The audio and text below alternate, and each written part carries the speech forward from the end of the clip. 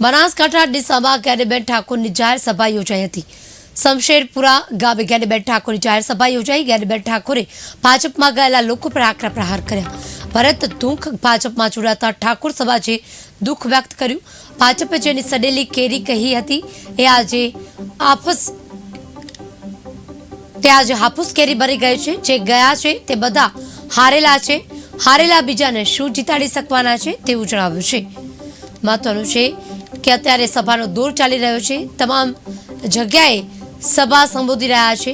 વધુ એક પ્રહાર કરવામાં આવી રહ્યો છે। જ્ઞાનીબેન ઠાકોરની જાહેર સભા યોજાઈ હતી।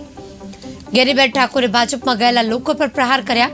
ભરત દુઃખ ભાજપમાં જોડાતા ઠાકોર સમાજે દુઃખ વ્યક્ત કરતા કહ્યું, ભાજપે જેને સડેલી કેરી કહીએ છે તે આજે હાફૂસ કેરી બને છે। જે ગયા છે તે બધા હારેલા ગયા છે, હારેલા બીજાને શું જીતાડશે તેવી વાત કરી હતી।